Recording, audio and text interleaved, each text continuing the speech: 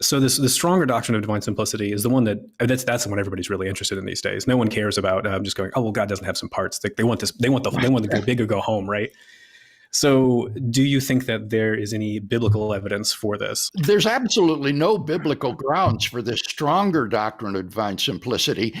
In fact, I'm convinced that the strong doctrine is not simply unbiblical.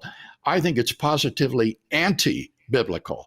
I think that the Bible tells us quite a number of God's essential properties so that we do have a good idea of what some of God's essential properties are: his goodness, his holiness, his being all powerful, his being all knowing, his being all present, his being eternal. All of these are essential properties of God that the scripture teaches us because God himself has revealed himself to us in scripture.